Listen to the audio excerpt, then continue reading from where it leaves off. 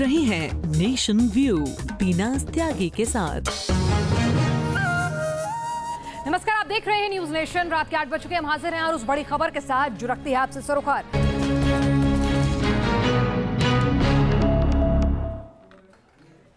The great Samajwadi दंगल जो है खत्म होने का नाम नहीं ले रहा है। कभी मुलायम झुकते हुए नजर आते हैं, कभी अखिलेश टूटते हुए दिखते हैं, लेकिन सुलह से पहले संग्राम की एक नई तस्वीर सामने आ जाती है। और अब कहा जा रहा है कि सुलह की कोशिशें अब तो खत्म हो गई हैं, नाकाम हो गई हैं। समाजवादी पार्टी मुलायम की आंखों के सामने अब दो फाड़ होने जा रही है, वो भी चुनाव से ठीक पहले।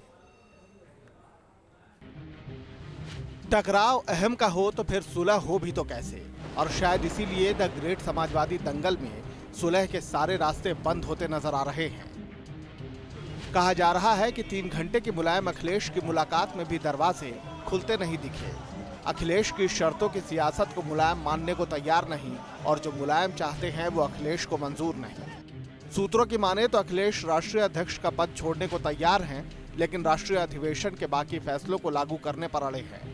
बताया जा रहा है कि अखिलेश ने शर्त रखी है कि शिवपाल केंद्रीय सियासत का रुख करे, टिकट बंटवारे में उनकी भूमिका ना हो। लेकिन मुश्किल ये है कि शिवपाल केंद्र की सियासत में जाना नहीं चाहते, और मुलायम हर हाल में रामगोपाल का पर कतरना चाहते हैं, जो अखिलेश को मंजूर नहीं। इसलिए बात बनी नहीं, लेकिन अखिलेश खेमा फिलहाल ऐसा दिखाना नहीं चाहता। अरे रोक लो यार गाड़ी। ना कोई सुलह हो रही है, कोई झगड़ा नहीं, तो सुलह होने का सवाल। लखनऊ में अगर सुलह की कोशिश हुई तो दिल्ली में अलगाव की तैयारी देखी गई। साइकिल पर दावा ठोकने के लिए रामगोपाल चुनाव आयोग पहुंचे और अखिलेश की अगुवाई में चुनाव लड़ने का खम भी ठोकते दिखे। अखिलेश यादव की जो नेतृत्व वाली पार्टी है वही समाजवादी पार्टी है। मुलायम के लिए ये सबसे मुश्किल घड़ी है। उन्हें अपने ही बेटे से वर्चस्व की जंग लड़नी पड़ रही है। जो समीकरण है फिलहाल उसे देखकर तो यही लगता है कि हालात अब मुलायम के वश में नहीं। Vinod Mishra, news nation, Lucknow.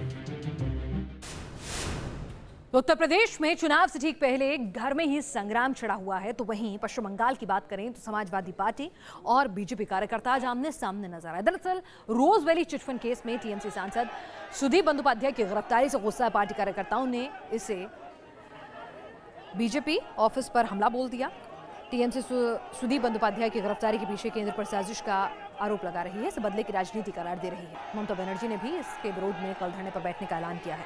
वहीं बीजेपी टीएमसी पर बेबुनियाद आरोप लगाने की बात कह रही है। पिछले कई दिनों से ममता और मोदी सरकार में लगातार संघर्ष हो रहा है।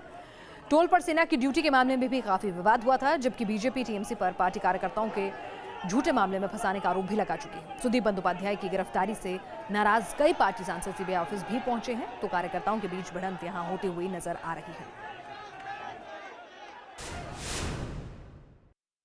तृणमूल का एमपी लोग पैसा खाया तब तो गिरफ्तार हुआ, तो इसमें मोदी जी का क्या करना है? पैसा नहीं खाते तब गिरफ्तार हो तो अलग बात होता।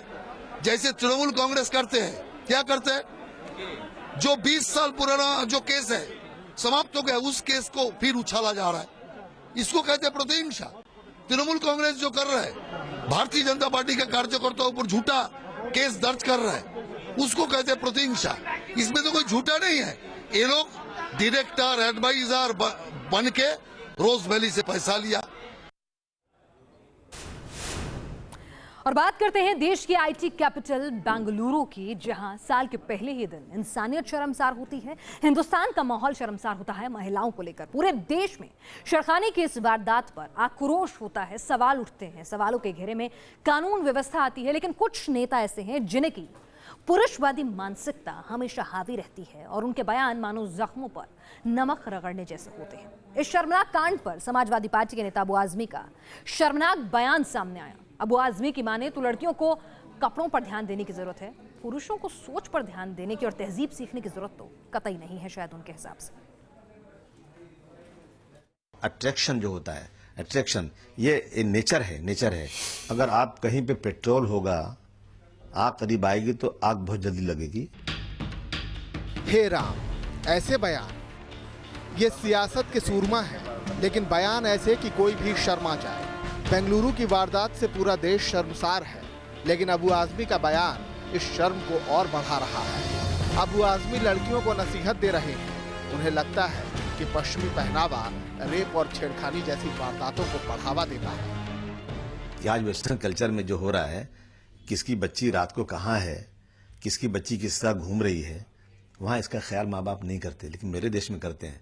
मैं इस बात को मानता हूँ कि अगर मेरी बहन, मेरी बेटी रात को सूरज डूबने के बाद किसी गैर लड़के के साथ जा करके 31st नाइट मनाए और उसके साथ उसका बाप ना हो, उसका पति ना हो और वो गैर मर्दों के साथ हो, तो और मैं ये एक्सपेक्ट करूँ कि उसके साथ बड़े सम्मान के साथ रहेंगे, गलत है। इस पे बहुत लोग नाराज मुझसे होंगे, चलेगा, नाराज हो जाए तो चलेगा, लेकिन सच्चाई है ये। इस बयान पर विवाद बढ़ चुका है, लेकिन अबू आजमी अपने कहे पर अड़े हुए हैं। वो बयान से शर्मसार नहीं, हाँ, अपने बयान का मतलब समझाने की कोशिश जरूर कर रहे हैं। हमें इन बातों का प्रिकॉशन लेना चाहिए कि मेरी बेटी बहन आज जो है अपनी इस उम्र में कहीं भटक करके किसी आदमी के साथ जाए और उसका कुछ मजाक उड़े, उसके साथ कुछ मोलेस्टेशन इस टाइप की चीज है, वो चांस ही नहीं मिले ना। मैं क्यों इसको करूं कि पुलिस की जिम्मेदारी है, 100% पुलिस हर जगह रहना चाहिए, लेकिन कितना पुलिस रहेगी। बेंगलुरु की वारदात पर शर्मनाक बयान सिर्फ अबू आजमी ने नहीं दिए, कर्नाटक के गृह मंत्री भी इसे रूटीन बता चुके हैं। तो क्या हम ये मान ले कि छोटे कपड़े गुंडे बदमाशों को लड़कियों के साथ अभद्रता का लाइसेंस दे देते हैं? क्या बेंगलुरु में हुए शर्मनाक कांड को हमें सिर्फ इसलिए भुला देना चाहिए कि पार्टियों में ऐसा हो जाया करता है, या फिर वो लड़कियां अपने भाई, अपने पिता या अपने पति के साथ नए साल का जश्न मनाने नहीं गई? नहीं जनाब, उनके कपड़े नहीं, ऐसा करने वालों की सोच छोटी है। क्योंकि इंडियन संस्कृति में तो बहुत कुछ है, औरत का सम्मान भी है और वह सम्मान किसी के पोशाक पर निर्भर नहीं करना चाहिए, वो हमारी संस्कृति है। नेताजी अर्थात मुलायम सिंह यादव जी ने भी पहले कहा था, बच्चे तो बच्चे हैं, उनसे गलती हो जाती है। लगता है अबू आजमी ने भी उन्हीं से सीखा है। अबू आजमी के बयान पर सियासत का शोर शराबा तेज है, लेकिन सवाल ये है कि इस हंगामे से सोच भी बदलेगी क्या? Team news nation. Abu Azmi साहब, जिस अट्रैक्शन की आप बात कर रहे हैं छोटे कपड़ों के चलते, वो क्या पुरुषों को अपनी माँ बहन के लिए नहीं होता है? बहरहाल ये विवाद का विषय है, सोच का विषय है। साल 2015 में रेप के जो मामले दर्ज किए गए, अगर उनकी बात करें तो 6 साल से कम उम्र की लड़कियों के साथ 451 वारदातें हुई, जबकि 6 से 12 साल तक की मासूम बच्चियों के साथ 1151 मामले सामने आए। 12 से 16 साल तक की उम्र की लड़कियों के साथ 4244 रेप की वारदातें हुई। वहीं 45 से 60 साल तक की महिलाओं से रेप की संख्या 637 और 60 से ज्यादा की उम्र की महिलाओं से वारदात 98 थी। सवाल यह है कि अगर रेप जैसी जघन्य वारदातों के लिए पहनावा जिम्मेदार है, तो फिर ऐसी घिनौनी वारदात हर उम्र की बच्ची के साथ कैसे होती है? एक 6 महीने की, 8 महीने की बच्ची ऐसे कौन से वस्त्र पहन लेती है? ये जो समाजवादी पार्टी के नेता या कर्नाटका के मिनिस्टर हैं, जिन्होंने औरतों के मत्थे मड़ा है, जो उनके साथ यौनिक हिंसा होती है, दरअसल ये मनुवादी सोच के लोग हैं, जहाँ पे हमेशा औरत के ही अवगुण निकालना है, हमेशा ही। आप जब खुद इतने बड़े पदों पे बैठ के और औरतों पे कमेंट कर रहे हैं कि उनकी जो मॉडर्न ड्रेसेस है, जो उनके चलना फिरना है, जो पहनावा है, वो लोगों को खराब कर रहा है।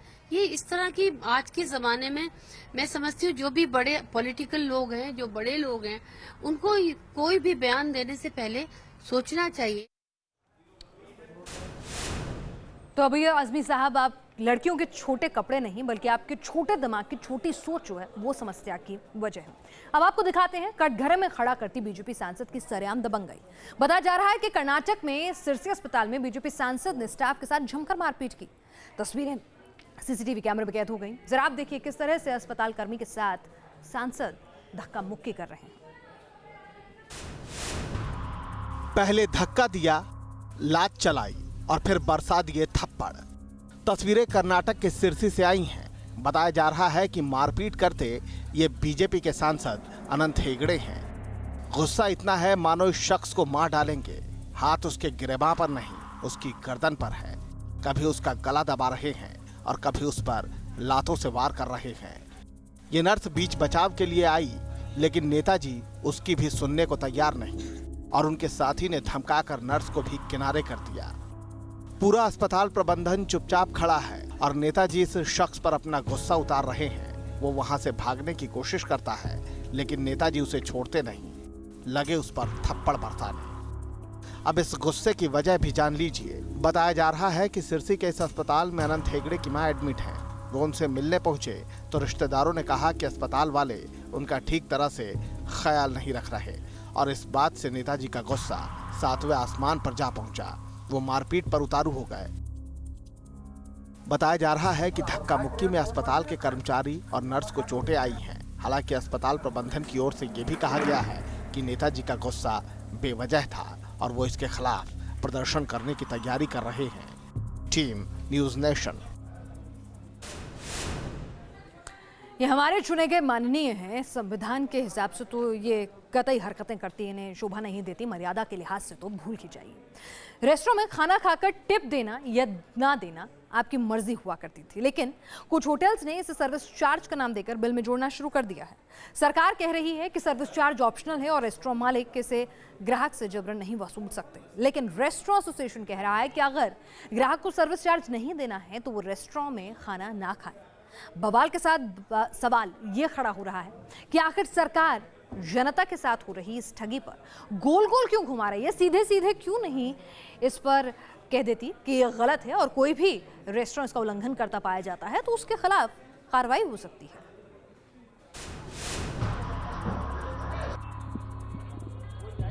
क्या रेस्टोरेंट में आपके साथ हो रही है धोखाधड़ी? क्या सर्विस चार्ज के नाम पर की जा रही है ठगी? क्या टिप को बना दिया गया है बिल का हिस्सा? रेस्टोरेंट में सर्विस से खुश होकर अब तक आप जो टिप देते आए हैं वो अब बड़े झगड़े की वजह भी बन सकता है। सरकार का कहना है कि खाने पीने पर लगने वाला सर्विस चार्ज देना है या नहीं, और देना है तो कितना देना है ये आप तय करेंगे।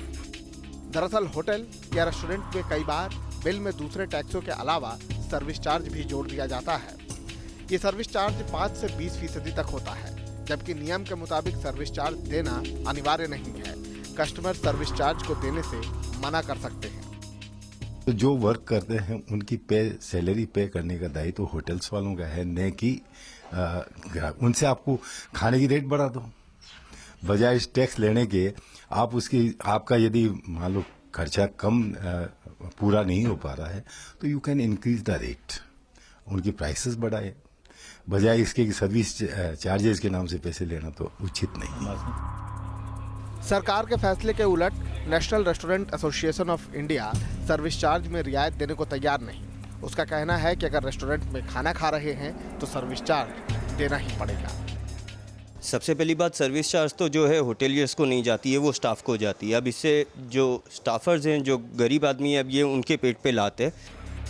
जाहिर है सरकार का ये फैसला आधा अधूरा लगता है और सवाल ये है कि आखिर रेस्टोरेंट में झगड़े को बढ़ाने की जगह सरकार नियम साफ क्यों नहीं करती, क्योंकि इसकी कोई गारंटी नहीं कि रेस्टोरेंट वाले सर्विस चार्ज के नाम पर झिक नहीं करेंगे।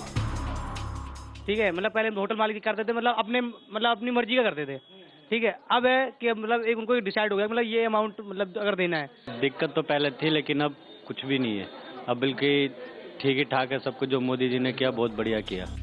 हालांकि सरकार भरोसा ये दे रही है कि अगर ऐसा होता है तो कंज्यूमर फोरम में इसकी शिकायत करवाई जा सकती है। गौरव अरोड़ा, न्यूज़ नेशन, दिल्ली। और आगे बढ़ते हैं। जयपुर में पतंगबाजी का शौक पुराना है। मकर संक्रांति आते ही गुलाबी नगर में पतंगबाजी का दौर शुरू हो जाता है, लेकिन इन दिनों इस शौक पर नोटबंदी कैसे भारी पड़ रही है, कैसे फीकी हो गई है पतंग की दुकानों की रौनक, देखते हैं। ये जयपुर का छोटी चौपाड़ इलाका है। मकर संक्रांति के आते ही पतंगबाजी के शौकीनों का यहाँ जमावड़ा लगता रहा है, लेकिन इस साल यहाँ पहले वाली रौनक दिखाई नहीं दे रही। पतंग और मांझे की खरीदारी आधी से भी कम हो गई है। नोटबंदी का असर 60% असर है, हर कारोबार पे ही है। पतंग पे ज़्यादा असर पड़ा इस बार। अब जाके माहौल बन रहा है, 8-7 दिन लगे पतंगबाजी के। नकदी की किल्लत बेशक कम हो गई हो, लेकिन इसे लेकर पैदा हुई मुश्किलें आज भी खत्म नहीं हुई हैं। इसके चलते न केवल पतंग खरीदने वाले बल्कि इसे बेचने वाले भी परेशान हैं। पहले एक बल्क में माल ले जाते थे, अब 5 बार आना पड़ रहा है। 20-20 हज़ार रुपए इकट्ठे करके माल लेना पड़ रहा है। पहले खरीदने आ रहे हैं, वो कैसे खरीद रहे हैं? खरीदने 10 रुपए पतंग लेने आता है आदमी, पहले 100 रुपए का एक साथ ले जाता था। पहले एक चरखी एक साथ ले जाता था, अब एक गट्टा लेने आता है, बोले एक गट्टा दे दो भैया, पैसे ही नहीं है। मांझा अच्छा ना हो तो पतंगबाजी अधूरी है। जयपुर में कुछ दुकानों में सूती मांझा मिल रहा है और लोग चाइनीज मांझे से बच रहे हैं। प्लास्टिक का मांझा 7-8 साल से जब से वो मांझा चल रहा है तो पतंगबाजी में इतनी तकलीफ आ रही है कि वो मांझा जानलेवा होता है, और वो जानलेवा मांझा होता है। वो मांझे में तुरंत प्रभाव से सिंथेटिक, जैसे अभी कोर्ट ने बैन कर दिया, उसका हम बहुत बहुत स्वागत करते हैं इस बात का। और सूती मांझे में आज तक कभी दिक्कत नहीं आई, 500 साल से चलता आ रहा है कॉटन मांझा। मकर संक्रांति के मौके पर जयपुर में पतंगबाजी जमकर होती रही है, लेकिन नोटबंदी ने इस बार जैसे रंग में भंग कर रखा है। Manish Bhattacharya, news nation, Jaipur. और अब बात पीएम मोदी की आस्था की। आज एक बार फिर तिरुपति बालाजी के दर पर पहुंचे प्रधानमंत्री मोदी। दरअसल पीएम श्री वेंकटेश्वर विश्वविद्यालय में 5 दिवसीय सालाना भारतीय विज्ञान कांग्रेस का उद्घाटन करने तिरुपति पहुंचे थे। आंध्र प्रदेश के मुख्यमंत्री चंद्रबाबू नायडू ने एयरपोर्ट पर उनका स्वागत किया और फिर उनके साथ ही पीएम बालाजी के दर पर माथा टेकने भी पहुंच गए। श्वेत वस्त्र, शांत चेहरा और भक्ति में डूबे पीएम मोदी। पीएम बनने के बाद प्रधानमंत्री नरेंद्र मोदी दूसरी बार तिरुपति वेंकटेश्वर मंदिर पहुंचे। भक्ति और शक्ति के दरबार में उनके जाने के रास्ते में हरी कालीन बिछाई गई और पीएम सधे कदमों से अपने आराध्य के दर तक गए। और उनके साथ चल रहे थे आंध्र प्रदेश के सीएम चंद्रबाबू नायडू। कुछ देर चलने के बाद पीएम मंदिर के पहले गेट के पास पहुंचे, जहां पहले से मंदिर के पुजारी खड़े दिखाई दिए। मोदी के पहुंचते ही शुरू हो गया मंत्रोच्चारण का सिलसिला। गूंजते मंत्रों के बीच पीएम ने यहां प्रसाद के तौर पर एक लड्डू भी चढ़ाया।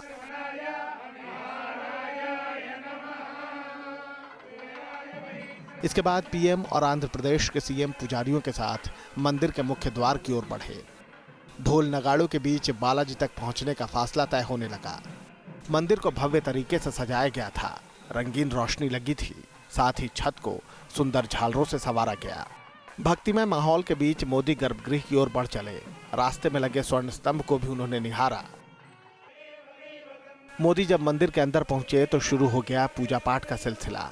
मंत्रों के उच्चारण से मंदिर का माहौल भक्तिमय हो गया। पुजारियों का समूह खास पूजा अर्चना शुरू कर चुका था। आंखें बंद और हाथ जोड़े मोदी पूजा में तल्लीन हो गए। पीएम ने गले में पीला वस्त्र धारण कर रखा था। जमीन पर एक ओर पीएम बैठे थे और दूसरी ओर आंध्र प्रदेश के सीएम चंद्रबाबू नायडू। तभी पुजारियों की ओर से दान के लिए कुछ सामान प्रधानमंत्री के हाथों में दिया गया। साथ ही वहां मौजूद लोगों को भी पूजा का सामान सौंपा गया।